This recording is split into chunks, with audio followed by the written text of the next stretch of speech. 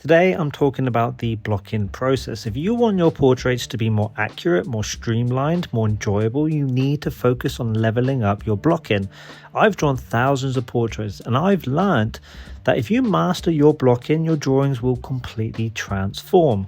By the way, my name's Adam. I've been drawing for over 25 years and I help charcoal artists master proportions without using the grid method so they deepen their connection to their art, gain confidence to take on commissions, and create a distinctive style that sets them apart from everyone else. Make sure you subscribe so you don't miss out any time I post a video about freehand drawing and expressive realism. Now, you know that feeling where you're staring at a blank page, wanting to start a portrait, but you're already second guessing yourself before you've even started. Maybe you found yourself constantly correcting things more than actually drawing because your proportions are off. You're stuck in that loop of always fixing, never fully feeling confident, and wondering why your portraits don't look the way that you want them to. Or maybe you've been relying on the grid method for so long, the idea of drawing without them really feels almost scary. But what if I told you there's a method that could completely change the way that you draw? Something that when you get it right makes the rest of the portrait almost feeling like it just falls into place. It's not about detail, it's not about how smooth the shading is, it's the blocking process, and it's where the real freedom actually starts to begin. For years, I was the artist who needed control. I needed pinpoint accuracy, and I couldn't start a portrait unless I used the grid method for about 20 years, in fact. And by the end of it, everything just felt flat. It all felt like a lie. Everything was just emotionally not there. There was no life, and I felt like I was just copying rather than actually creating. I won't go into complete detail because I've made other videos on this where I really explain why I've changed the way I've been drawing after 20 years. I'll leave a link in the description so you can check that out. But in this video, I'm going to show you how powerful a functional block-in is, because it can completely transform not only how your work looks, but your actual workflow as well. The block-in is where you decide how you want your drawing to feel. It's your first chance to speak and experiment and dictate how you want your work to look, not just copy exactly what's in front of you. This allows me to create freedom with how I want to express my work later on. Now, if you've seen some of my other videos, you'll know that I don't always follow the same process when I start a portrait. Sometimes I work from the inside out. I might begin with the eyes and let the drawing spiderweb out from there. Other times I go from the outside in. I'm marking my widest points and then building everything else in between. It all depends on the actual reference and what I want the portrait to feel like. There's no one right way to build a portrait. There's just different ways, easier ways and more difficult ways that all have their own pros and cons. I like to think of them as pillars of understanding how to put a portrait together. And when you know how to build within each pillar, you get to weave in and out of them however you want with complete freedom and confidence. And one of those pillars, one of the most important ones, is the blocking process. And lately, I've been working on much larger scale pieces, not just focusing on the face, but bringing more of that body into the drawing, which adds another layer of complexity. But it also opens up a whole new world of possibilities when it comes to composition, storytelling, and expression. The entire landscape of the drawing transforms. So that's where the blocking process becomes even more essential, because it's going to help me navigate through these portraits in a more effective way. Now, a block-in is where we reduce and we separate our core shadows and our core lights, which when we do that, it creates our core shape of our subject, using 2 tones, maybe 3 if you really need it. Now, the goal isn't to draw the eyes perfectly or render the mouth or nose perfectly. The goal is just to define the structure, where the light hits and where it doesn't. You're simplifying. It basically gives you the most amount of input and clarity of the subject with the least amount of information. It gives us our structure and our base values, which creates the likeness. What I love about the block-in is that it gives you freedom, and it does about 70% of the heavy lifting for you as well. If I nail my block-in, everything after that becomes super playful, and I can shift my attention from just technical execution to something way more personal.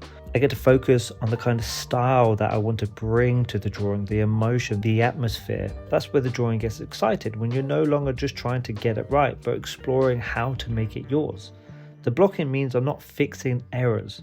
I'm building on intention, and when you pair this up with working in charcoal powder, it becomes a massive playground because charcoal is such a forgiving medium and I can take full advantage of that. And what's really cool is when I took this reference photo, I specifically used hard lighting because I wanted to create dramatic defined pockets of shadow across her face. And that specific kind of lighting works really, really well with the blocking process because it gives you really clear starting and stopping points. It gives really strong landmarks, the shadows of the eyes, the shadow on the nose, the edge of the cheek where it curves away from the light.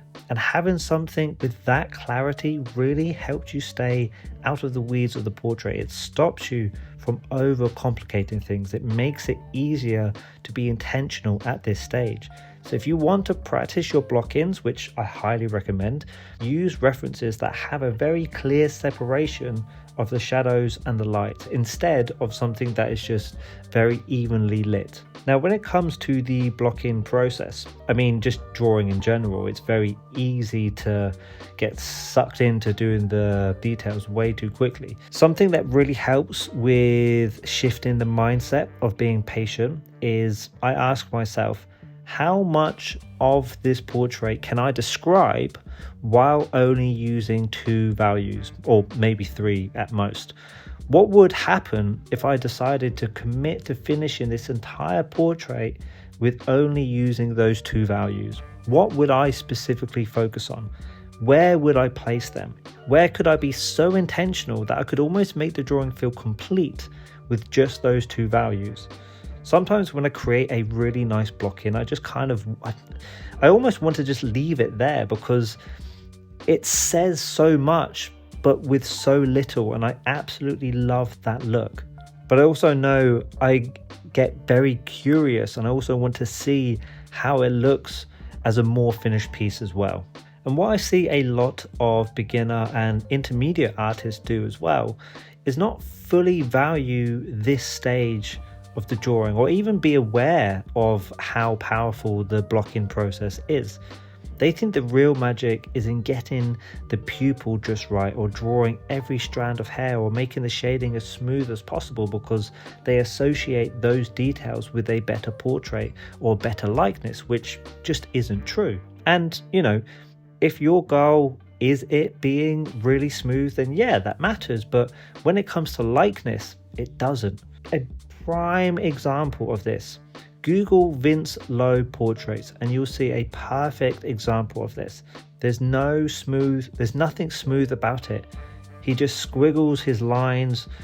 I'm not sure if squiggles is the right word. I'm not sure if that sounds offensive or not, but he just squiggles his lines everywhere but captures perfect likeness.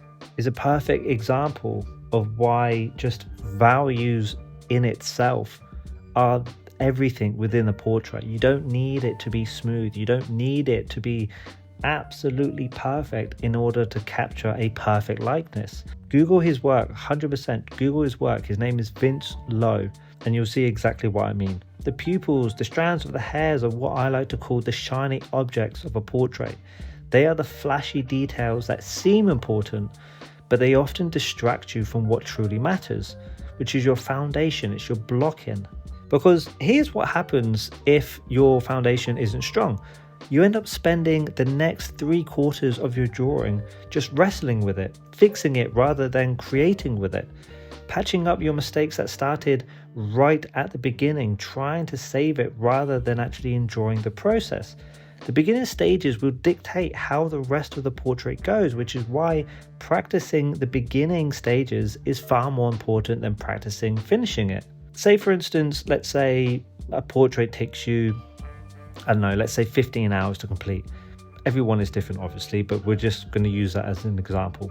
If we are honest, maybe 13 of those hours are spent fixing things, adjusting the proportions, shifting features, second guessing everything instead of flowing through the beginning, middle, and final stages with clarity. Now imagine this.